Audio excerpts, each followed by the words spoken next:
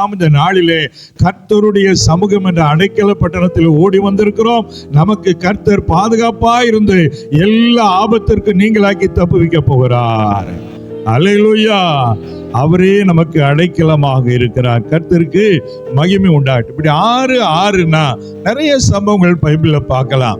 ஆனா இந்த 6ன்னு சொல்லும் போது நமக்கு இது 6வது வருஷ சோத்திர கூட்டத்தின் நாளிலே வந்திருக்கிறோம். அப்ப இந்த 6வது வருஷத்துல என்னெல்லாம் நடந்தது, அது உங்க வாழ்விலே நடக்க போகிறது.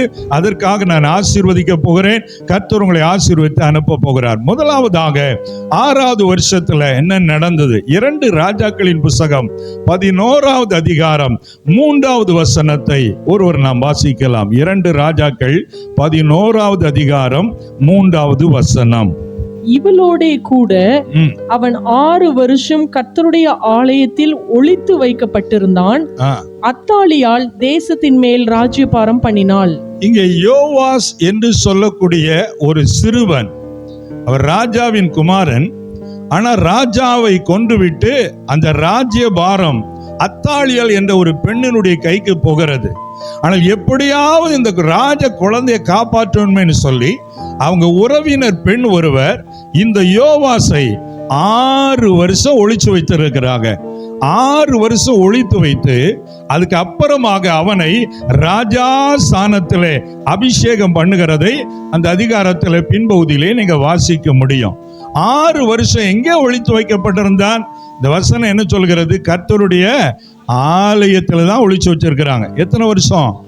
6 வருஷம். அப்ப தேசத்துல அத்தாலியால் ராஜபாரம் பண்ணினாள். அப்ப இந்த ராஜபாரம் பண்ணுகிற அத்தாலியால் கர்த்தருக்கு பயப்படாத ஒரு பெண், விக்கிரகத்தை வழிபடுகிற ஒரு பெண். 6 வருஷம் இந்த ராஜகுமாரனை ஆலயத்துல வச்சிருக்கிறது யாருக்கு தெரியல? அத்தாலியாளுக்கு தெரியல. அப்படின்னா என்ன அர்த்தம்? 6 வருஷம் அவ சர்ச்சைக்கே நிதியில அவளை கர்த்தர் வச்சிருப்பாரா? அதனால இந்த யோவாசை வெளியே கொண்டு வந்து அத்தாலியால போட்டு தள்ளிட்டாங்க. யோவாஸ் மறைத்து வைக்கப்பட்டிருந்த போவாசை ராஜாவாக கர்த்தர் உயர்த்துகிறார். ஆமென் சொல்லுங்களேன். அதே போல இந்த 6வது வருஷத்துல வந்திருக்கிற உங்களை இதுவரை கர்த்தர் மறைச்சு வச்சிருந்தார். நிறைய பேருக்கு இந்த போவாஸ் தான் ராஜாவா வரப்போறான் அப்படிங்கிறது தெரியாது. போவாஸ்ன்னு சொல்லிட்டேன். யோவாஸ் தான் ராஜாவாக வரப்போகிறான் என்று யாருக்கு தெரியாது. அது ஒரு சின்ன குழந்தை அப்படின்னு சொல்லி தான் எல்லாரும் நினைக்கிறாங்க. அவனை மறைச்சு வச்சிருக்கிறாங்க. மறைத்து வைக்கப்பட்ட இந்த ராஜாவை, அந்த குழந்தையை 6 வருஷத்துக்கு பின்பு கர்த்தர் வெளியே கொண்டு வந்து ராஜாவாய் உயர்த்துகிறார். அதே போல இதுவரை உங்க வாழ்வில உங்களை பத்தி யாருக்கும் தெரியாத ஒரு நிலையில உங்களை மறைச்சு வச்சிருந்தாரு, ஒளிச்சு வச்சிருந்தாரு. இனிமே பகிரங்கமா கொண்டு வந்து உங்களை அநேகருக்கு ஆசீர்வாதமாய் பயன்படுத்த போறார். அல்லேலூயா.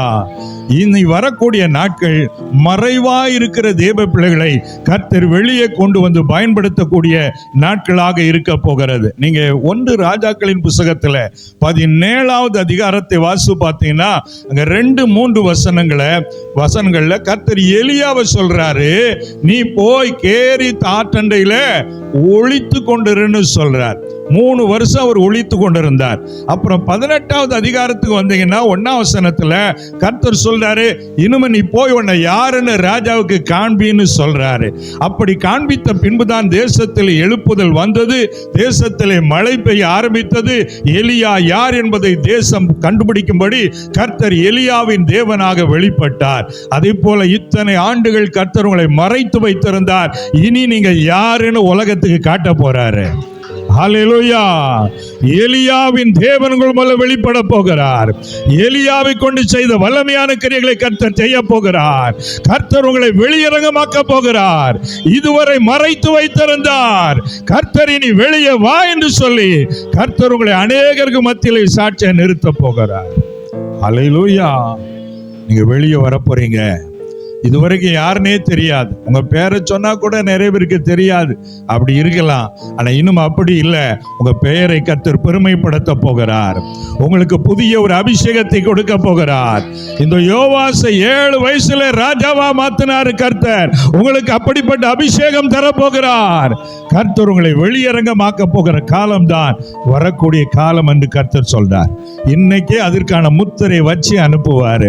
அதற்கேற்ற கிருபையை வச்சு அனுப்ப போறார். கர்த்தருக்கு மகிமை உண்டாகட்டும். மத்தியில் இருக்கிற சகோதரி அவர்கள் பல வருஷமா ஊழியம் செய்யறாங்க. எங்க குடும்பத்தோடு எங்களோடு எல்லாரோட அவங்களுக்கு ஐக்கியம் ஏற்படும் பொழுது சகோதரியை பற்றி நிறைய பேருக்கு தெரியாது. இப்ப நான் சொன்னேன், சகோதரி உங்களுக்கு நல்ல கிருபை இருக்குது, நல்ல தீர்க்க தரிசன அபிஷேகம், நல்லா அவங்க வாய்ஸ் கேட்டாலே ரொம்ப அருமையா நல்ல ஒரு அபிஷேகம் உள்ள ஒரு சத்தம்.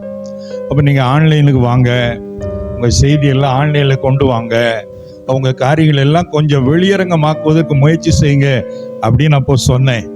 அப்போ வேண்டாம் பிரதர், நான் மறைஞ்சே இருக்கிறேன், கர்த்தர் மகிமைப்பட்டா போதும் அப்படின்னு நினைச்சு சொல்லுவாங்க. ஒரு அல்லேலூயா சொல்லுங்க.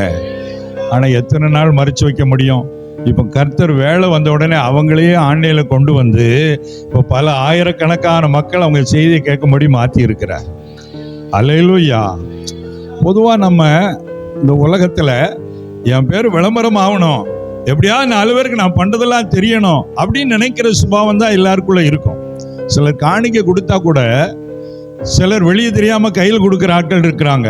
ஆனா சிலர் அந்த 100 ரூபா தாளை விரிச்சு அது இழுக்கிறதுக்கு வழி இருந்தா இழுத்து பார்த்து எல்லாருக்கும் தெரியும்படி பைபிள்ல மேல வச்சு நான் காணிக்கை கொடுக்குறேன் பாருங்கன்னு கொடுப்பான். மறைமுகமா அவங்க உள்ளத்துல நான் கொடுக்கறது தெரியணும் அப்படிங்கிற எண்ணம்.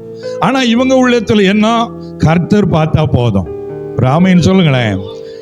எப்போதுமே நம்முடைய உள்ளத்துல ஆண்டவர் என் மூலம் மகிமைப்பட்டா போதும் நம்ம நினைச்சா கர்த்தர் நம்மளை ரொம்ப நாள் மறைச்சு வச்சிருக்க மாட்டாரு, வெளியே கொண்டு வந்துருவாரு. அல்லேலூயா. ஏனென்றால் தன்னைத்தான் தாழ்த்துகிறவன் எவனும் உயர்த்தப்படும். அப்போ நம்மளையே நம்ம விளம்பரம் பண்ணி செய்யணும்னு நம்ம நினைக்க கூடாது. ஒரு நல்ல எண்ணம். ஆனா அதே நேரத்தில் ஆண்டவர் ரொம்ப நாளா மறைச்சு வச்சிருக்க மாட்டார். அதாவது அந்த நன்மையான காரியங்களை நாம் செய்யும் பொழுது என்றைக்காவது ஒரு நாள் வெளியே கொண்டு வந்துடுவார். அதே போல நம்ம பாவங்கள் தவறுகள் செய்தாலும் கூட அது ரொம்ப நாள் மறைச்சு வைக்க முடியாது, ஒரு நாள் எஞ்சிரும், வெளியரங்கமாக்கப்பட்டுரும். ஆகவே நம்ம வாழ்க்கையில ஆண்டவர் இதுவரைக்கும் நாம் ஏறெடுத்த ஜெபங்களையும் நம்முடைய பிரயாசங்களையும் உங்களுடைய உழைப்புகளையும் பார்த்திருக்கிறார். இவ்வளவு நாள் கொஞ்சம் ஒளிச்சு வச்சிருந்தாரு. இப்போ பெரியார் பாதையில தான் அந்த சபை இருக்க தெரியும். இனி கர்த்தர் சென்னைக்கே தெரியும்படி இந்த சபையை மாற்ற போறாரு. அல்லேலூயா சொல்லுங்க. தமிழ்நாட்டுக்கே தெரியும்படி உங்கள் சபையை மாற்ற போகிறார்.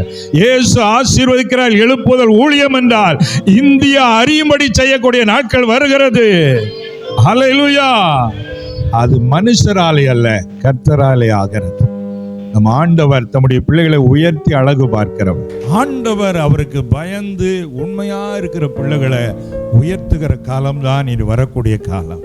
உன் பெயரை பெருமைப்படுத்துவேன்னு சொல்லி இருக்கிற ஆண்டவர் உங்கள் பெயரை பெருமைப்படுத்த போகிறார். அப்படி பெருமைப்படுத்தும் போது நமக்குள்ளே தாழ்மை வந்து கொண்டே இருக்க வேண்டும். நமக்கு நம்ம நல்லா யாரு அப்படிங்கிற மாதிரி நமக்கு உள்ள பெருமை வந்துடக்கூடாது. இந்த பெருமைக்கு காரணம் நீங்க தான்ப்பா, ஆண்டவரே நான் ஒண்ணுக்கு உதவாதவன், நீங்க தான்ப்பா என்ன பயன்படுத்தின அப்படின்னு அவரை உயர்த்திக்கிட்டே இருந்தீங்கன்னா ஆண்டவர் சந்தோஷப்படுவார். ஆகவே நம்ம உயர்த்த நம்மிடத்தில் பணிவு வர வர ஆண்டவர் மேன்மேல் உயர்த்தி இன்னும் எல்லைகளை விசாலமாக்குவார். உங்கள் ஊழியத்தின் எல்லைகளை விசாலமாக்க போறாரு. நல்ல தரிசனத்தோடு திட்டமிட்டு காரியங்களை செய்கிற காரியத்தை கர்த்தர் இங்கே பார்க்கிறார். ஒரு ஆச்சரியமான காரியம். ஆண்டவருக்கு எல்லா காரியமும் முன்கூட்டியே தெரியும். நமக்கு தான் நிறைய காரியம் என்ன செய்யாது, தெரியாது. ஆண்டவருக்கு முன்கூட்டியே தெரியும். இந்த சென்னையில் ஒரு ஊழியம் இருக்குன்னு ஆண்டவர் திட்டம் போட்டு தான் என் மகளை முதல்ல இந்த குடும்பத்துக்கு அனுப்பி வச்சார். ஒரு அல்லேலூயா சொல்லுங்க. மருமகன் ஆண்டவரை ஏற்றுக்கொண்ட பின்பு தான் ஆண்டவரை பற்றி தெரியும். அதுக்கிடையில என் மகளை ஒரு ஊழிய ஸ்தாபனத்தில் ஊழியம் செய்ய வச்சு அங்குள்ள காரியங்கள் எல்லாம் ட்ரெயின் அப் பண்ணி ஒரு ஊழியம் எப்படி செய்யணும் எல்லாம் ப்ரோக்ராம் போடுறாங்களே, இத்தனை மணிலேருந்து இத்தனை மணி வரைக்கும், இவ்வளோ நேரம் பாட்டு, இவ்வளோ நேரம் ஒர்ஷிப், இதெல்லாம் எப்படி வருது? அது அங்கேருந்து படிச்சுட்டு வந்த பாடம். ஒரு அல்லேலூயா சொல்லுங்க. அப்போ அதெல்லாம் சொல்லி சொல்லி கொடுத்து ஆண்டவர் உருவாக்குகிறார் பாருங்க. அப்ப எல்லாம் திட்டமிட்டு சரி ஆண்டவர் இவ்வளவு ஆத்மா தந்துட்டார், கட்டணம் தந்துட்டார் அப்படின்னு திருப்தி அடையல. இன்னும் ஜெபக்குழுக்கள் எல்லாம் சபையா மாறணும். அதான் தரிசனம். ஆமென் சொல்லுங்க. அடுத்து இன்னும் சுவிசேஷ ஊழியம் செய்கிற மக்கள் எழும்பணும். அப்போ கர்த்தருக்குள்ளே அது அவருக்கு ரொம்ப சந்தோஷமான காரியம். அப்போ இன்னும் வளர விரும்புகிறாங்க, இன்னும் நிறைய ஆத்மாக்கள் ஆதாயம் பண்ணுறோம். இந்த தரிசனம் இருந்தால் தான் நம்ம வளர்ச்சி அடைய முடியும். நிறைய பேர் வாழ்வில் தரிசனமே இல்லாதனால தான் வளர்ச்சி இல்லை. நீங்கள் ஆண்டவர்கிட்ட வந்து என்ன எதிர்பார்க்குறீங்கன்னு கேட்டால் அவங்க பலர் சொல்லுவது எனக்கு ஆண் குழந்தை வேணும், எனக்கு நல்ல வீடு கட்ட, இப்படி தான் தரிசனம் இருக்க தவிர நான் கர்த்தருக்காய் வல்லமையாய் பிரகாசிக்கணும், ஆயிரங்களுக்கு ஆசீர்வாதமா மாறணும் அப்படிங்கிற தரிசனம் யாருக்கு இருக்கிறதோ அவர்களைத்தான் கர்த்தர் பயன்படுத்தி வெளியரங்கமாக்குகிற நல்ல தேவனாக இருக்கிறார். அப்ப ஆண்டவர் இந்த 6வது வருஷத்துல வந்திருக்கிற உங்களுக்கு சொல்றாரு, இவ்வளவு நாள் உன்னை ஒளிச்சு வச்சிருந்தேன், இனி நான் வெளியரங்கமாக்க போறேன்னு கர்த்தர் சொல்றாரு. அல்லேலூயா. ஆண்டவரை பார்த்து சொல்லுங்க, வலகர உயர்த்தி, ஆண்டவரே அப்படி செய்யுங்கப்பா, அப்படி செய்யுங்கப்பா, எங்களுக்கு அல்ல கர்த்தாவே, உமது நாமத்திற்கே மகிமை வர பண்ணும் ஆண்டவரே. கைத்தட்டி ஆண்டவரை மகிமைப்படுத்துவோமா? ஆண்டவர் வெளியரங்கமாக்குகிற தேவன். 2வது 6வது வருஷத்துல என்ன நடந்தது? எஸ்ராவின் புத்தகத்துல 6வது அதிகாரத்துல 15வது வசனத்தை வாசிக்க கேட்போமா? எஸ்ராவின் புத்தகம் 6வது அதிகாரம் 15வது வசனம். ராஜாவாகிய தரியு அரசாளுகிற 6ஆம் வருஷம் ஆதார் என்னும் மாதம் 3ஆம் தேதியிலே அந்த ஆலயம் கட்டி முடிந்தது. ஹல்லேலூயா. 6வது வருஷத்துல 2வது என்ன நடந்திருக்கிறது? ஆதார்னா 12ஆம் மாதம்னு அர்த்தம். பழைய ஏற்பாட்டின்படி யூதருடைய காலண்டர் படி ஆதார் கடைசி மாதம். அப்படி அந்த ஆதார் மாதத்துல 6வது வருஷத்துல தரியூர் ராஜபார காலத்துல எது கட்டி முடிந்தது? இந்த வருஷத்துக்குள்ள இந்த சபை முழு வேலையை கட்டி முடிக்க வைப்பார். அல்லேலூயா. போன வருஷம் குறையா இருந்தது, இந்த வருஷம் அதோட நிறைய வேலையை நடத்தி தந்திருக்கிறார். கர்த்தருக்கு மகிமை உண்டாகட்டும். பிரியமான கர்த்தருடைய பிள்ளைகளே, ஆண்டவர் சொல்லுகிறார், என் சபையை நான் கட்டி எழுப்ப போகிறேன், சபைக்கான கட்டட வேலைகளை முடித்து தர போகிறேன். 6ஆம் வருஷத்தில் எனக்கு நன்றி சொல்ல வந்த உங்கள் வாழ்விலே எதெல்லாம் அறகுறையில நீக்கோ எல்லாம் கட்டி முடிப்பேன். ஹல்லேலூயா. ஆண்டவர் கட்டி முடிப்பார். ஆலயம் கட்டுறது ரொம்ப ஈஸி கிடையாது. It is not an easy things. அது சாதாரண காரியம் கிடையாது. தாவீது தேவனுடைய இருதயத்துக்கு ஏற்ற மனுஷன், எப்பவும் துதிக்கிற மனுஷன். அவனை ஆடு மேய்ச்சவனை அரசனா உயர்த்தினார் தேவன். ஆனால் அவன் ஆலயம் கட்டணும்னு ஆசை இருந்தது. கர்த்தர் சொன்ன நீ கட்டக்கூடாதுன்ட்டார். அப்போ ஆலயம் கட்டணும்னா யாருடைய அனுமதி இருக்கணும்? ஹல்லேலூயா. அப்போ சபையை ஒருத்தங்க கட்டுறாங்கன்னா அவர் எஸ் சொன்னாதான் கட்ட முடியும். அது மனுஷ முயற்சியால முடியாது.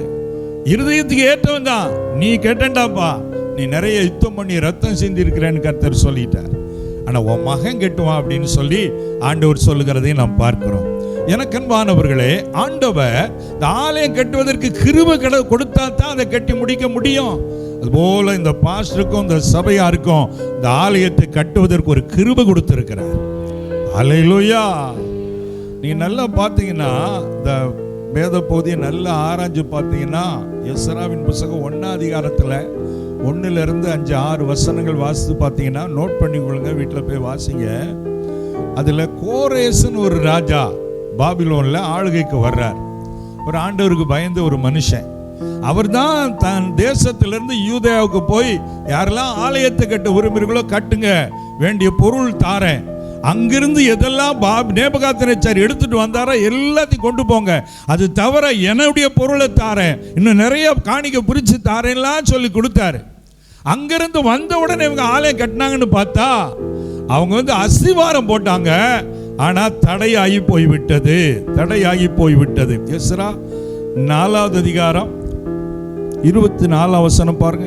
எஸ்ரா 4 அதிகாரம் 24 வசனம். அப்பொழுது எருசலேமில் உள்ள தேவனுடைய ஆலயத்தின் வேலை தடைப்பட்டு பெர்சியாவின் ராஜாவாகிய தரியு ராஜ்யபாரம் பண்ணின 2ஆம் வருஷம் மட்டும் நிறுத்தப்பட்டிருந்தது. பாருங்க, வேலை ஆரம்பிச்சாங்க, ஆனா என்ன ஆயிட்டு? வேலை பிரேக் ஆயிட்டு. அப்போ ஒரு சபை கட்டப்படுறோம்னா அது தொடர்ந்து வேலை நடக்கணும்னா கர்த்தருடைய கிருபை நம்மோடு இருக்க வேண்டும். ஆமென் சொல்லுங்க. இந்த ஆலயத்தை கட்டுவதற்கு ஏறக்குறைய 20 வருஷம் ஆயிடுச்சுன்னு சொல்லி வேத பண்டிதர்கள் சொல்றாங்க. கோரேஸ் ராஜா அனுமதி கொடுத்து எல்லாம் கொடுத்தா கூட இங்க வந்தா நிறைய பேர் எதிரிகள், சமாரியர்கள், அவங்க சிலரோட சேர்ந்து கொண்டு நாங்களும் கட்ட வருவோம். சமாரியர்கள் வந்து அவங்க இஸ்ரவேல் கோத்திரமா இருந்தா கூட அவங்க கலப்படமானவங்க. அதாவது இந்த பாபிலோன் ராஜா வந்து அசிரிய ராஜாக்கள் வந்து இஸ்ரவேல் கோத்திரத்தை சிறைபிடித்துட்டு போனார். பாபிலோன் ராஜா யூதா கோத்திரத்தை சிறைபிடிச்சிட்டு போனார். அப்போ இந்த அசிரிய ராஜா இஸ்ரவேல் ஜனங்களை அங்க கொண்டு போகும்போது வேற ஒரு நாட்டில் வச்சுட்டு அவன் நாட்டு மக்களை கொண்டாந்து இஸ்ரவேல வச்சுட்டான். அப்ப இது என்ன ஆச்சுன்னா, இஸ்ரவேல் ஜனங்கள் பரிசுத்த வித்து, அவங்க புறஜாதியாரை கல்யாணம் பண்ணக்கூடாது. தேவன் அவர்களை வேறு பிரித்து பழைய ஏற்பாட்டின்படி ரொம்ப பரிசுத்தமான ஜனங்களா வச்சிருந்தார். இப்ப அந்நிய ஜனங்கள் இஸ்ரவேல்ல குடியேற ஆரம்பிச்சோடனே இங்க இருக்கிற இஸ்ரவேல் ஜனங்களை அவன் கல்யாணம் பண்ண ஆரம்பிச்சுட்டான். இஸ்ரவேலர் அவங்கள கல்யாணம் பண்ண ஆரம்பிச்சுட்டாங்க. ஆக பரிசுத்த வித்து பரிசுத்த குலைச்சல் ஆக்கப்பட்டு விட்டது. அப்படித்தான் சமாரியர் அப்படின்னு சொல்லும் போது அது எப்படின்னா, அவர்கள் வந்து இஸ்ரவேலரா இருந்தா கூட கலப்படமானவர்கள் அப்படிங்கிற ஒரு அர்த்தம். அதனாலதான் யூதர்கள் சமாரியரோடு சம்பந்தம் கலக்க மாட்டாங்க. அது கலப்படம். இப்போ இந்த நாட்டில் பல காரியம் இருப்பாரு, அது மிக்சிங் அப்படி சொல்லுவாங்க. ஏன்னா அப்பா ஒரு ஜாதியா இருப்பாங்க, அம்மா ஒரு ஜாதியா இருக்கும். ஆனா பைபிள் படி, புதிய ஏற்பாட்டின்படி கர்த்தர் ஜாதிகளை பார்ப்பதில்லை, எல்லா ஜனங்களும் ஒன்று போல பார்க்கிறார். அல்லேலூயா சொல்லுங்க. ஆகவே பழைய ஏற்பாட்டின்படி அவங்க அப்படி செய்வாங்க. அதனால யூதருக்குள்ளே சமாரியர்னால அவங்க லோ கிளாஸ், அவங்க அருவருப்பானவங்க, அந்த ஊர் பக்கத்திலே போக மாட்டாங்க, அவங்ககிட்ட தண்ணி வாங்கி குடிக்க மாட்டாங்க, எப்படி சம்பந்தங்கள் வைப்பான். அதனாலதான் இயேசு கிறிஸ்து சமாரியுடைய கிராமத்து வழியா போனார், சமாரியரை சந்திச்சு அது மூலம் அந்த ஊரையே அதயப்படுத்தினார். இயேசு கிறிஸ்து ஜாதி பார்க்காத ஆண்டவர். அல்லேலூயா சொல்லுங்க. அதே போல நாம ஊழியத்திலே ஜாதி பார்க்க கூடாது. ஆமென். ஆகவே பிரியமான ஜாதி வெறி அதெல்லாம் இருக்கக்கூடாது. கர்த்தருக்கு பிடிக்காத ஒரு காரியம். நம்ம நோக்கம் எல்லாம் எல்லா மக்களும் ஆண்டவர் அறியணும். மத்தேயு 11:28 இயேசு அதானே சொன்னார், வருத்தப்பட்டு பாரம் சுமக்கிறவர்களே எல்லாரும் வாங்கன்னு தான் சொன்னார். அதனால ஆண்டவர் எல்லாரையும் நேசிக்கிற நல்ல தெய்வம். ஆனா கிறிஸ்தவர்கள் இன்னைக்கு ஜாதி வெறியோடு கூட இருக்கிறவர்களை பார்க்கும்போது ரொம்ப கஷ்டமா இருக்கிறது. அதெல்லாம் ஆண்டவருக்கு பிரியமில்லாத ஒரு காரியம். போட்டோம். இப்படிப்பட்ட ஒரு நிலையில இந்த சமாரியர் இந்த எருசலேம் ஆலயத்தை நாங்களும் கட்டுவோம் அப்படின்னு வரும்போது தான் அந்த நெகேமியா, எஸ்ரா, செருபாபேல் அவங்களாம் அதை அலோ பண்ணல. அதனால அவங்க என்ன பண்ணாங்கன்னு இந்த ஆலயத்தை கட்ட விடக்கூடாது அப்படின்னு அந்த ராஜாவுக்கு லெட்டர் எழுதி, நாங்க அரண்மனை உப்பு சாப்பிடுற ஆட்கள், ராஜாவுக்கு உண்மையா இருக்கிறோம், இங்க ஒருத்தங்க உங்களுக்கு விரோதமாகவே ஆலயத்தை கட்டி தனி ராஜா பண்ண பாக்குறாங்கன்னு 1க்கு 3 பொய்ய சொல்லி கடிதம் எழுதின உடனே அங்கிருந்து உத்தரவு வந்தது, மறு உத்தரவு வர வரைக்கும் சர்ச்சை கட்டக்கூடாதுன்னு. அப்படிதான் தடையாய் போச்சு. மொட்டை கடிதாசி எழுதி போட்டார்கள்.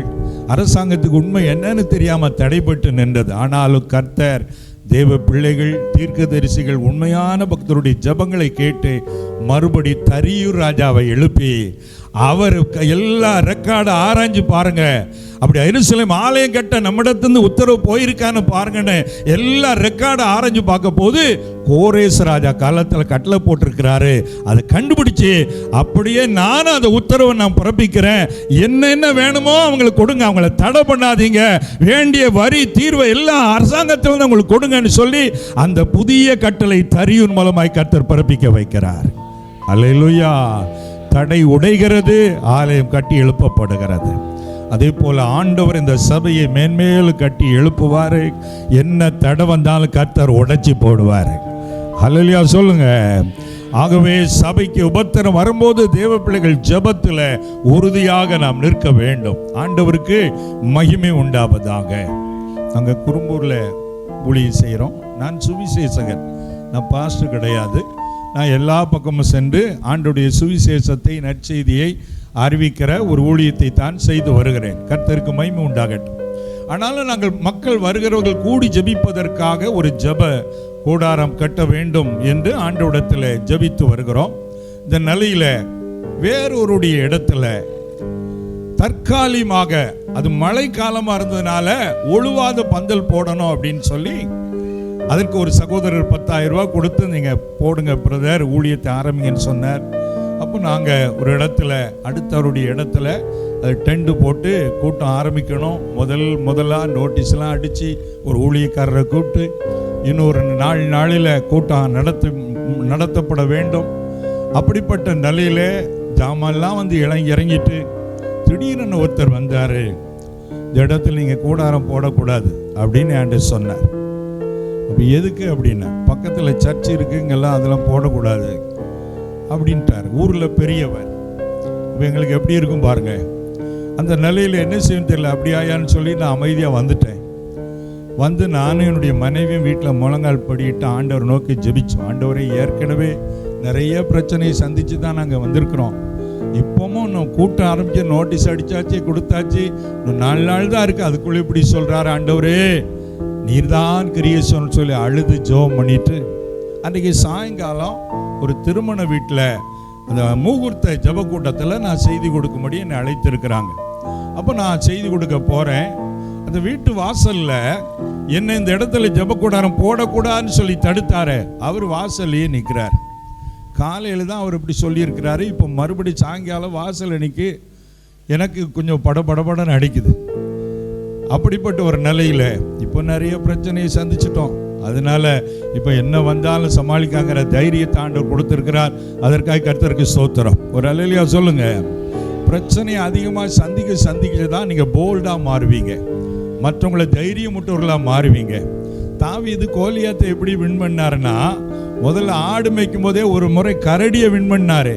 அப்புறம் சிங்கத்தையே கிழிச்சு போட்ட ஆளு. அதனால இந்த கோலியாத்தை ஒரு கை பார்த்துக்கலாம், நான் சிங்கத்தையே ஒரு கை பார்த்த ஆளு. அந்த தைரியம் அவனுக்கு வந்தது. ஒரு ஆமைன்னு சொல்லுங்களேன். அதனால நீங்கள் பிரச்சனைகளை சந்திக்கும் போது பயப்பட்டு விடக்கூடாது. சரி, இப்படிப்பட்ட நிலையில அவர் வாசல்லே நிற்கிறார். அப்போ என்ன சொல்ல போறாரோ தெரியலையே அப்படின்னு யோசிக்கும் போது, ஐயா வாங்க, உங்களுக்காக தான் நான் வெயிட் பண்ணி நிற்கிறேன் அப்படிங்கிறார். எனக்கு ஒன்றும் புரியல. அதனால கை கொடுத்து நல்லா இருக்கீங்களேயா அப்படின்லாம் பேசி விசாரிச்சுட்டு சொல்றாரு, காலையில் நான் ஏதோ ஒரு இதில் சொல்லிட்டேன் ஐயா, இனிமே நான் தடை பண்ண மாட்டேன், நீங்கள் கூடார போட்டு நடத்துங்க அப்படின்றாரு. ஏங்க நான் எவ்வளோ உற்சாகமாக சொல்லிட்டு இருக்கிறேன். அல்லேலூயா. நான் மற்ற இடத்துக்கு பரவாயில்லைங்க, நல்லா உற்சாகமாக தான் இருக்கிறீங்க. நான் முதல்ல நான் என்ன சொல்ல வரேன்னு புரியல, என்னமோ தெரியல, ரொம்ப யோசிச்சுக்கிட்டு இருந்தீங்கன்னு நினைக்கிறேன். சரி, நல்ல உற்சாகமாக இருக்கிறீங்க, ஆவிக்குள்ளே இருக்கிறீங்க, நல்ல பிரசன்னம் இந்த இடத்துல இருக்கிறது. நான் அதற்காக கர்த்தரை ஸ்தோத்திரிக்கிறேன். அல்லேலூயா. எங்கே அந்த பிரசன்னம் இருக்கோ அங்கே வளர்ச்சி இருக்கும். அதான் தேவ மகிமை. அங்கே ஆசீர்வாதம் நிச்சயமாக இருக்கும். அதுபோல் சகோதரி சபைக்கும் போனால் அப்படிதான், நல்ல ஒரு பிரசன்னம் இருக்கிற சபைகள் எல்லாம் வளர்ந்து கொண்டே தான் இருக்கும். ஆமைன்னு சொல்லுங்களேன். பாருங்க, அப்படி அவர் எங்களை ஜெப கூடாரம், அந்த ஓலக்கூடாரம் போட்டு கூட்டம் நடத்த விடாம தடுக்கும்படி காலையில பேசினாரு. நாங்க ஜெபம் பண்ணிட்டு போனார். சாயந்தரத்தில் அவர் மனதை கர்த்தர் மாத்திட்டாரு. மறுபடியும் 2 நாளைக்குள்ள அந்த கூடாரம் போட்டு நோட்டீஸ் அடித்தபடியே கூட்டத்தை நடத்தணும். அப்புறம் அதிலிருந்து கர்த்தர்களுக்கு சொந்தமாக இடத்தை தந்து இப்போ கட்டிடமாக ஜெப கூடாரம் கட்ட கர்த்தர் உதவி தந்திருக்கிறார். அல்லேலூயா. அங்கேயும் இன்னும் முழு வேலை நிறைவடையில், இன்னும் கொஞ்சம் வேலை பாக்கி இருக்கு. நான் விசுவாசிக்கிறேன், கட்டி முடிந்தது என்று சொல்லப்பட்டபடி இங்கேயும் கட்டி முடிப்பார், அங்கேயும் கட்டி முடிப்பார். அல்லேலூயா. ஒருவேளை நீங்க வீடு கட்ட ஆரம்பிச்சு பணம் இல்லை, பொருள் இல்லைன்னு இன்னைக்கு நிறுத்தி இருந்தா கூட கர்த்தர் அதை கட்டி முடிக்க உங்களுக்கு வழி திறக்க போகிறார். வேலை முடிந்து தரும்படி கர்த்தர் கிருபை செய்ய போகிறார். 6வது வருஷ தோத்திரப்பு கூட்டத்துக்கு வந்திருக்கிற உங்கள் வாழ்விலே வேலை கட்டி முடியப்பட போகிறது. ஹல்லேலூயா. அதுதான் ஆண்டவர் தீர்க்க தரிசனமாய் சொல்லுகிறதை நம்ம பார்க்கிறோம். தரியோ ராஜ்யபாரத்துக்கு வந்த பின்பு மறுபடியுமாய் கட்டளை பிறப்பிக்கப்பட்டு கஜானாவிலிருந்து எல்லா உதவியும் கொடுக்கப்பட்டு வேலை அற்புதமாய் முடிக்கப்படுகிறது. எந்த வருஷத்தில் முடியுது? 6ஆம் வருஷம். ஹல்லேலூயா சொல்லுங்க. அப்ப ஆண்டவர் 6ல தான் முன்குறிச்சிட்டாரு. 6ஆம் வருஷத்துல தான் எருசலேம் ஆலயம் கட்டி முடிக்கப்படும். அதே போல இந்த 6வது வருஷத்துல வந்திருக்கிற உங்களுக்கு காரியத்தை முடித்து தரும்படி கர்த்தர் கிருபை தருகிறார். அல்லேலூயா. ஆண்டவரால் எல்லாம் ஆகும். சொல்லுங்க, இயேசுவால் எல்லாம் ஆகும். அல்லேலூயா. அவர் கட்டி முடித்து தரப்போகிறார். சபையை இன்னும் கட்டி எழுப்பி நல்ல எல்லைகளை விசாலமாக்கி நன்மைகளை தரப்போகிறார் 6ஆம் வருஷத்தில். 3வது பாருங்க, எசேக்கியேல் 8ஆம் அதிகாரம் 1வது வசனத்தை வாசிக்க கேட்போம். எசேக்கியேல் 8ஆம் அதிகாரம் 1ஆம் வசனம். 6ஆம் வருஷத்து 6ஆம் மாதம் 5ஆம் தேதியிலே நான் என் வீட்டில் உட்கார்ந்திருக்கிற போதும் யூதாவின் மூப்பர்கள் எனக்கு முன்பாக உட்கார்ந்திருக்கிற போதும் கர்த்தராகிய ஆண்டவருடைய கரம் அங்கே என் மேல் அமர்ந்தது. ஹல்லேலூயா. கர்த்தருடைய கரம் என் மேல். எந்த வருஷம்? ஹல்லேலூயா. உங்க மேல கர்த்தருடைய கரம் அமர போகிறது. கர்த்தருடைய கரம் இந்த நாளில் உங்க மேல அமர போகிறது. ஆண்டவருடைய கரத்தின் வல்லமை பயங்கரமானது. ஆண்டவருடைய சுண்டு விரலுக்கே எகிப்தில் உள்ள மந்திரவாதியால பதில் சொல்ல முடியல. இது தேவனுடைய விரல், எங்களால ஒன்றும் பண்ண முடியாதுன்ட்டான். அப்போ விரலுக்கே அவ்வளவு பவர் இருந்தா கரத்துக்கு எவ்வளவு பவர் இருக்கும்? அல்லேலூயா. அப்போ ஆண்டவருடைய கரம் பாஸ்டர் மேல் அமரப்போகிறது. ஊழியம் செய்கிற இங்க இருக்கிற தேவ ஊழியர்கள் மேல் அமரப்போகிறது. உங்க மேல அமரப்போகிறது. ஹல்லேலூயா. கடைசி ஜெப நேரத்தில் உங்க தலை மேல நீங்களே கை வச்சு எல்லாம் ஜெபிக்க போறீங்க. அது உங்க கரத்தை ஆண்டவர் கரமா மாத்தி அவர் கையை உங்க மேல இன்னைக்கு வச்சு அனுப்ப போறாரு. கரம் அமரும் போது இங்க என்ன நடக்குது பாருங்க. 3ஆம் வசனத்துல 2ஆம் 3ஆம் வசனத்தை வாசிப்போம். அப்பொழுது இதோ அக்கினி சாயலாய் தோன்றுகிற ஒருவரை கண்டேன். அவருடைய இடுப்பிற்கு கீழெல்லாம் அக்கினியும் அவருடைய இடுப்பிற்கு மேலெல்லாம் சொகுசாவை போல் பிரகாசிக்கிற சாயலுமாய் இருந்தது. கை போல் தோன்றினதை அவர் நீட்டி என் தலைமயிரை பிடித்து என்னை தூக்கினார். ஆவியானவர் என்னை பூமிக்கும் வானத்துக்கும் நடுவே கொண்டு போய் தேவ தரிசனத்திலே என்னை எருசலேமில் வட திசைக்கு எதிரான உள் வாசலின் நடையிலே விட்டார். அங்கே எரிச்சல் உண்டாக்குகிற விக்கிரகத்தின் ஸ்தானம் இருந்தது. போதும், கவனிங்க. கர்த்தருடைய கரம் எசேக்கியேல் மேல் அமர்ந்த உடனே தரிசனத்தை காண்பிக்கிறார். அந்த தரிசனத்துல தேவ மகிமையை பார்க்கிறார். அக்னியா சொகுசா நிறம் அப்படின்னா அந்த தங்கமயமான அக்னி பயங்கரமா எரியும் போது அதுல தோன்றும் பாருங்க, அதான் சொகுசா நிறம். சொகுசா நிறம் என்று சொல்லுவார்கள். பயங்கர கோல்டு கலர்ந்த மஞ்சள் கலர், ஃபயரா தீ பிழம்பா இருக்கிற அந்த ஒரு தரிசனத்தை அவர் பார்க்கிறார். கர்த்தருடைய ஆவியானவர் உடனே அந்த கரத்தை நீட்டி அவர் தலை மயிரை சேர பிடிச்சு தூக்கி வா, தேசத்துல நடக்கிறது உனக்கு காட்டுன்னு சொல்லி அந்த எசேக்கியேலை ஆலயத்துக்கு கொண்டு போறாரு. அங்க இருக்கிறவங்களுக்கு இவர் வந்திருக்க தெரியாது. கர்த்தர் இவரை ஆவிக்குள்ளாக்கி தரிசனத்தில் கொண்டு போய் அங்கே ஒரு ஓட்டை வச்சு அதுக்குள்ள கொண்டு போய் இங்க நடக்கிற அலங்கோலத்தை பாரு. என் தேசம் என்ன ஆராதிக்க வேண்டிய ஜனம் எதை வழிபட்டு கொண்டிருக்கிறான் பாரு என்று சொல்லி தேசத்தில் உள்ள காரியங்களை எல்லாம் எசேக்கியேலுக்கு காண்பிக்கிறார். ஒரு பெரிய வெளிப்பாடு எசேக்கியேலுக்கு வருகிறதை நாம் பார்க்கிறோம். இந்த 6வது வருஷத்துல கர்த்தருடைய கரம் அமர்ந்து விசேஷித்த தரிசனத்தை வெளிப்பாடுகளையும் நாட்டில் நடக்கிற மறைவாறுகளை காண்பித்தது போல கர்த்தர் உங்களுக்கு வெளிப்பாடுகளை தரப்போகிறார். அல்லேலூயா. அக்கினி சொகுசாவை போல மகிமை உங்களை மூடப் போகிறது. சபையிலே மகிமையான காரியங்களை நடக்க போகிறது. கர்த்தருடைய கரம் அதை செய்ய போகிறது. ஜெபம் பண்ண இந்த இடம் வந்தாலே ஒரு ஃபயரா இருக்கு, அப்படி கர்த்தர் மாற்ற போகிறார். இந்த இடத்துல கர்த்தருடைய கரம் அமர போகிறது. ஆண்டவர் உங்கள் மேல இந்த கரத்தை வைக்க போறார். தரிசனம் பார்க்க போகிறீங்க. இந்த அதிகாரத்தில் தொடர்ந்து வாசிங்கன்னா ஒவ்வொன்றா காட்டுவார் ஆண்டவர். ஆண்டவர் உங்கள் தரிசன கண்களை நீ திறக்க போறாரு. நிறைய மறைபொருள்கள் உங்களுக்கு வெளிப்படுத்தப்பட போகிறது. ஏற்கனவே அந்த கிருபையை ஆண்டவர் ஊழியக்காரர் கொடுத்திருக்கிறார். இன்னும் அது அப்படியே அதிகமா எக்ஸ்டெண்ட் பண்ணி கர்த்தர் கொடுக்க போறாரு. மறைவான காரியங்களை வெளிப்படுத்தி கொடுக்க போறாரு. அதில் உங்களிலும் இருக்கிற பலருக்கு ஆண்டவர் வெளிப்பாடுகளை தர விரும்புகிறார். தரிசனங்களை கர்த்தர் காண்பிக்க விரும்புகிறார். இதெல்லாம் ஆண்டவர்கிட்ட நம்ம ஆசைப்படணும். ஆண்டவர்கிட்ட நான் தரிசனம் பார்க்கணும் ஆண்டவரே, சொப்பனம் பார்க்கணும் ஆண்டவரே, உங்க குரலை கேட்கணும் ஆண்டவரே, இதெல்லாம் நம்ம வாஞ்சித்தா தான் கர்த்தர் அதை தருவார். ஆமீன்னு சொல்லுங்க. இதெல்லாம் கர்த்தர்கிட்ட கேட்கணும். நம்ம மைண்ட்ல இந்த மாதிரி ஆசை வரணும். தாவீதுக்கு ஒரு ஆசை இருந்தது. சங்கீதம் 27:4 அவர் என்ன கேட்கிறாரு? கர்த்தரிடத்தில் ஒன்றை நான் கேட்டேன், அதையே நாடுவேன். என்ன கேட்டாரு? நான் கர்த்தருடைய மகிமையை பார்க்கும்படியாக, அவருடைய ஆலயத்தில் ஆராய்ச்சி செய்யும்படியாக, ஜீவனுள்ள நாளெல்லாம் ஆலயத்தின் வாசற்படியிலேயே காத்திருப்பேன்னு சொல்றார். தாவீதுக்கு அடைக்கலான் குருவியை பார்த்தா பொறாம. ஆண்டவரே, உம்முடைய பீடங்கள் அண்டில் அடைக்கலான் குருவிக்கு வீடுகள், தன் குஞ்சுகளை வைக்கிற கூடு கிடைச்சதே, என்னால் அப்படி ஆலயத்தில் கூடு கட்டி இருக்க முடியலப்பான்னு சொல்றார். ஆமைன்னு சொல்லுங்களேன்.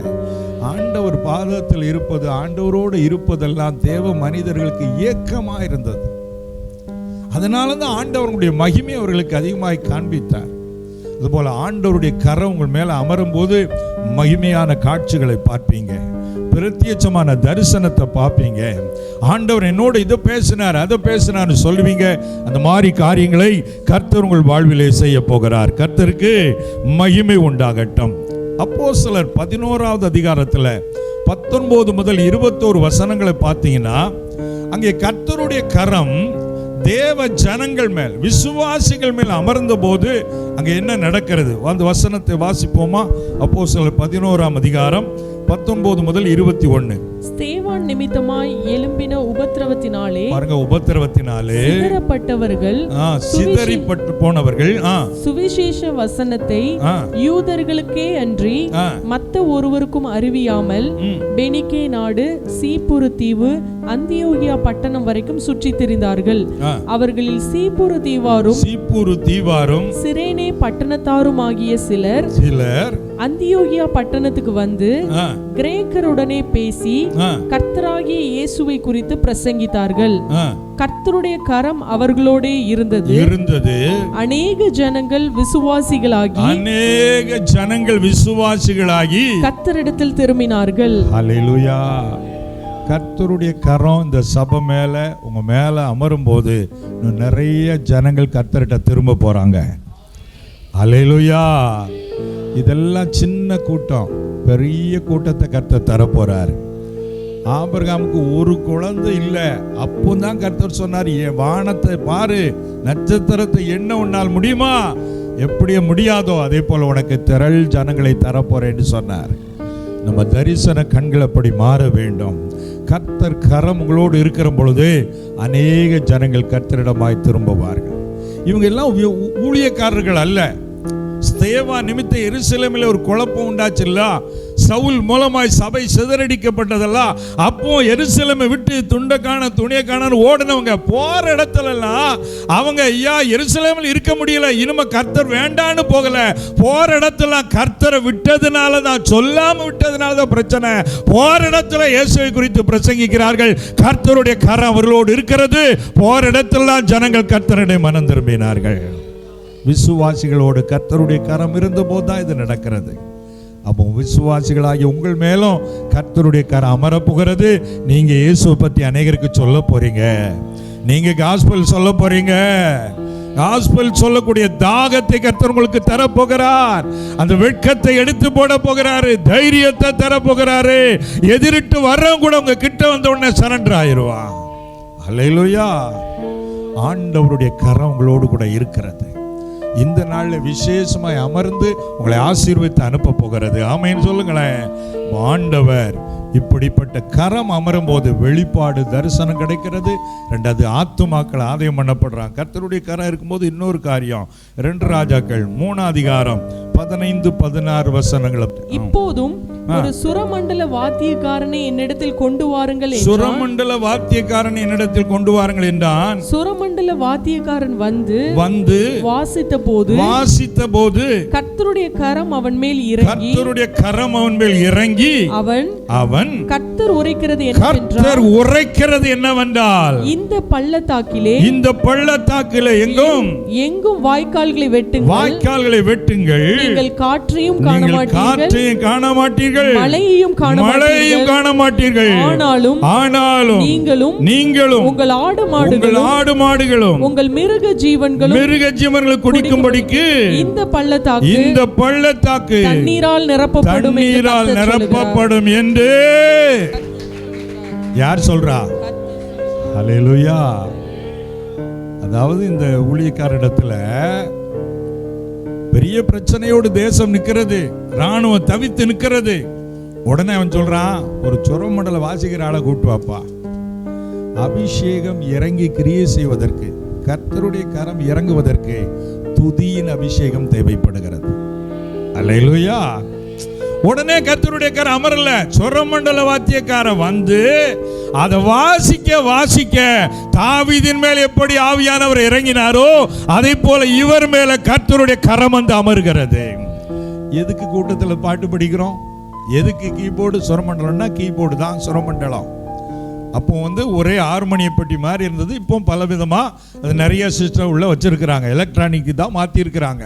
அப்போ அதை வாசிக்கும் போது அந்த அபிஷேகத்தின் வல்லமையினால ஊழியக்காரர் மேல கர்த்தருடைய கரம் அமர்கிறது. அதனால தான் பாடுகிறோம், அதனால தான் இசைக்கருவியை மீட்டுகிறோம். சும்மா இல்ல, பிசாசுக்கு கொட்டடிச்சா இறங்குவான். நமக்கு வந்து இங்கே இந்த மாதிரி இசைக்கருவியை வாசிக்கும் போது ஆவியானவர் இறங்குகிறார். அல்லேலூயா. எனக்கன்மார்களே, ஆவியானவர் இறங்கின உடனே வாய் திறக்கப்படுகிறது. கர்த்தர் சொல்லுகிறார், நீ காற்றையும் பார்க்க மாட்ட, மழையும் பார்க்க மாட்ட, ஆனாலும் பள்ளத்தாக்குகள் தண்ணீரால் நிரப்பப்பட போகிறது. அல்லேலூயா. அப்ப கர்த்தர் கரம் அமர்ந்தா உங்கள் தேவைகளை எல்லாம் கர்த்தர் சந்திப்பார், உங்கள் பிரச்சனைக்கு தீர்வை காணுப்பார். ஆண்டவர் அப்படி அற்புதத்தை இந்த ஊழியர்களுடைய வாழ்விலை செய்தார். அப்போ கர்த்தருடைய கரம் எத்தாவது வருஷத்தில் அமர்ந்தது? எசேக்கியேல் 8:1 6ஆம் வருஷத்துல, இந்த 6வது கூட்டத்தில் உங்க மேல கர்த்தருடைய கரம் அமர போகிறது. ஹல்லேலூயா. நீங்க இனி தரிசனம் பார்க்க போறீங்க, தீர்க்க தரிசனம் சொல்ல போறீங்க. ஆண்டவர் உங்களை அநேக ஆத்துமாக்களை ஆதாயம் பண்ண பயன்படுத்த போகிறார். இது நடக்கும்படி கர்த்தர் கிரியை செய்ய போகிறார். ரெய்னாட் போங்கே அப்படின்ற ஒரு தேவ மனிதர் சம்பவம், வாழ்க்கையை பற்றி நான் நிறைய வாசிப்பது உண்டு. அவருடைய வாழ்க்கையில கர்த்தர் பலமா அவரை பயன்படுத்தி இருக்கிறார். சாதாரணமா ஊழியம் செய்த ஒரு ஆளு தான். எவ்வளவோ ஜெபம் பண்ணி ஊழியத்தில் ரட்சிப்பே இல்லை, ஆத்மாக்களே இல்லாம இருந்திருக்கிறார். அதாவது 70 கிலோமீட்டர் 80 கிலோமீட்டர் பிரயாணம் பண்ணி போய் வீட்டில் 4 பேர் 5 பேர் தான் இருப்பாங்களா அந்த கூட்டத்தில். ஒருத்தரும் பிரசங்கத்தை கவனிக்க மாட்டானா, அசால்ட்டா இருப்பானா, ஒரு உயிரே இல்லை அவர் ஊழியத்தில். ஆனாலும் தொடர்ந்து போராடி போராடி போராடி ஜெபித்தார். ஜெபிக்கும் போது ஆண்டவர் ஒரு தரிசனத்தை காண்பித்தாரா. ஆப்பிரிக்கா கண்டம் இயேசுவின் ரத்தத்தால் கழுவப்படுவது போல ஒரு காட்சியை பார்த்தார். தொடர்ந்து அதுக்காக இப்படி காண்பித்தார். ஜெபித்த போது கர்த்தர் சொன்னார், உன்னை கொண்டு ஆப்பிரிக்கா கண்டத்தை நான் அசைக்க போறேன். அல்லேலூயா. அப்படின்னும் போது என்ன செய்யணும்? உன் இடத்தை, அவர் ஜெர்மனியில பிறந்தவர், அங்க உள்ள ஊழியத்தை க்ளோஸ் பண்ணிட்டு அங்க போனார். அங்க யாரையும் தெரியாது. அங்கே வாடகை வீட்டில் இருந்து கொண்டு கூட்டம் நடத்த சொல்றார். எங்க கூட்டம் நடத்த இடம் இல்லையே, ஒரு ஹாலை புக் பண்ணு. ஹால்லாம் 2000 பேர் 3000 பேர் இருக்கக்கூடிய ஹாலுக்கு, ஆண்டவரே எனக்கு இங்க யாரையுமே தெரியாது, யாருங்க வருவாங்க, நான் சொல்றதுபடி கேளு, அற்புத கூட்டம்னு சொல்லி விளம்பரம் பண்ணு அப்படின்னு சொல்லி எல்லாம் சொல்லும் போது இவருக்கு தெரிஞ்ச ஒரே ஒரு பாஸ்டர் இருந்திருக்கார். அவர் சபையில 40 விசுவாசிகள் இருந்தாங்களாம். ஆண்டவரே இந்த 40 விசுவாசிகள் தான் வருவாங்க, அவங்களுக்கு இவ்வளவு பெரிய ஹால் தேவையா? ஓ மாம்சப்படி யோசிக்காத, கூட்டத்தை நடத்து அப்படின்னு முதல் நாள் கூட்டம் நடத்தினார். 100 பேரை கர்த்தர் கொண்டு வந்திருக்கிறார். அந்த 100 பேருக்காக இவர் செய்தி கொடுத்து ஜெபம் ஆரம்பிக்கல, திடீர்னு ஒருத்தன் கூப்பாடு போடுறான், ஐயா நடக்க முடியாது, என்னால நடக்க முடியுது, இங்க பாருங்க கையில கொண்டு வந்த கோல்னு கையில தூக்கிட்டு டான்ஸ் ஆட ஆரம்பிச்சான். இன்னொருத்தன் சொன்னா, ஐயா தெரியாத கண்ணு தெரிய ஆரம்பிச்சுட்டு, ஐயா எனக்கு பார்வை தெரியுது. அப்படி ஆளாளுக்கு சொல்லும் போது அவரால் கண்ட்ரோல் பண்ண முடியல. அன்றைக்கு பலத்த அற்புதம். அடுத்த நாள் 3000 பேர் ஹால்ல நிரம்பினாங்க. அல்லேலூயா சொல்லுங்க. அடுத்து அவன் போய் சொன்னான், லோக்கல் அந்த சேனல்ல உள்ள விளம்பரம் பண்ணி அது செய்தி காட்டு தீ போல பரவ ஆரம்பித்தது. 3000 10,000 ஆச்சு, 10,000 50,000 ஆச்சு, 1,00,000 ஆச்சு. அப்படியே அந்த கண்டத்தில் அவர் கூட்டம் நடத்தின ஒரே கூட்டத்தில் 16 லட்சம் மக்கள் கூடி வந்திருக்கிறாங்க. அல்லேலூயா. இந்தியாவில் எந்த ஊழியருக்கு அப்படி இதுவரை கூண்டதில்லை. ஒரே கூட்டத்தில் எத்தனை லட்சம்? 16 லட்சம் மக்கள். அதுதான் எழுப்புதல். அது இந்த தேசத்திலே நடக்க போகிறது. நம்மை கொண்டு நடக்க போகிறது. உங்களை கொண்டு நடக்க போகிறது. கர்த்தர் அப்படி உங்களை பயன்படுத்த விரும்புகிறாரு. கர்த்தருடைய கரம் மாத்திரம் உங்க மேல அமரும் என்று சொன்னால் ரெய்னாட் போங்கையை பயன்படுத்தினவர் உங்களையும் பயன்படுத்த வல்லவராய் இருக்கிறார். அல்லேலூயா. அது நடக்க போகிறது. பாருங்க, ரெக்கார்டு இருக்கு. சில வருஷத்துல கர்த்தர் இதெல்லாம் அன்றைக்கே நமக்கு சொல்லியிருக்காரு. ஆச்சரியப்படும்படி கர்த்தர் எழுப்புதலை கட்டளையிட போகிறார். அல்லேலூயா. சரி, 4வது ஒன்று சொல்லிட்டு நம்ம ஜெபிக்க போறோம். ஜெப வேளைக்குள்ளே செல்ல போகிறோம். 6வது வருஷத்துல இதுவரைக்கும் 3 சொன்னேன். முதல்ல என்ன? ஒளிந்திருக்கிறவர்களை வெளியரங்கமாய் வெளியே கொண்டு வந்து பயன்படுத்த போகிறார். 2வதாக ஆலயம் கட்டி முடிக்கப்பட போகிறது. 3வதாக கர்த்தருடைய கரம் மேல் வந்து அமர போகிறது. 4வதாக ஒரு வசனம் வாசிப்போம். லேவி ராமத்தின் புஸ்தகம் 25ஆம் அதிகாரம் 21ஆம் வசனம். இது எல்லாருக்கும் பிடித்தமான வசனம். லேவி ராமம் 25:21. நான் 6ஆம் வருஷத்தில் உங்களுக்கு ஆசீர்வாதத்தை அனுக்கிரகம் பண்ணுவேன். ஹல்லேலூயா. அது உங்களுக்கு 3 வருஷத்தின் பலனை தரும். ஆமென். நீங்கள் 8ஆம் வருஷத்திலே விதைத்து 9ஆம் வருஷம் மட்டும் பழைய பலனிலே சாப்பிடுவீர்கள். ஹல்லேலூயா. இதுதானா? ஹல்லேலூயா. அவ்வளவுதானா? எத்தனை வருஷம் ஆசீர்வாதம்? இந்த 6வது வருஷத்துல 3 வருஷம் ஆசீர்வாதத்தை கர்த்தர் தர போறார். ஹல்லேலூயா. 3 மடங்கு ஆசீர்வாதம் வரப்போகுது. ஹல்லேலூயா. நான் உங்களுக்கு ஆசீர்வாதத்தை, வசனம் என்ன சொல்லுது? அனுக்கிரகம் பண்ணுவேன். அவர் இரக்கம் பண்ண போறார், தயவு பண்ண போறார். என் பிள்ளைகள் ரொம்ப கஷ்டப்பட்டாங்க, 6 வருஷம் காத்திருந்துட்டாங்க. அதனால 6வது வருஷத்துல நான் ஆசீர்வாதத்தை அனுக்கிரகம் பண்ண போகிறேன் என்று கர்த்தர் சொல்லுகிறார். ஹல்லேலூயா. இதை ஒரு மொழியாக்கத்தில் பைபிளில் என்ன சொல்லுதுன்னா, I will send my blessings on 6th year அப்படின்னு இருக்கு. அதான் என்னுடைய ஆசீர்வாதத்தை 6வது வருஷத்தில் அனுப்புவேன் அப்படின்னு கர்த்தர் சொல்றாரு. அனுக்கிரகம் பண்ணுவாராம். 2வது என்ன செய்வார்? ஆசீர்வாதத்தை அனுப்புவார். உங்களுக்கு ஆசீர்வாதம் வரப்போகிறது, பரத்திலிருந்து வரப்போகிறது. ஆமென் சொல்லுங்க. அனுப்புறது யாரு? ஹல்லேலூயா. டிஜிஎஸ் தினகரன் ஐயா ஒரு கதை சொன்னார். ஒரு முறை ஒரு சின்ன பையன், கேபி மாதிரி ஒரு சின்ன பையன் வைங்களேன், கடைக்கு கூட்டிகிட்டு போயிருக்கு அவங்க அம்மா.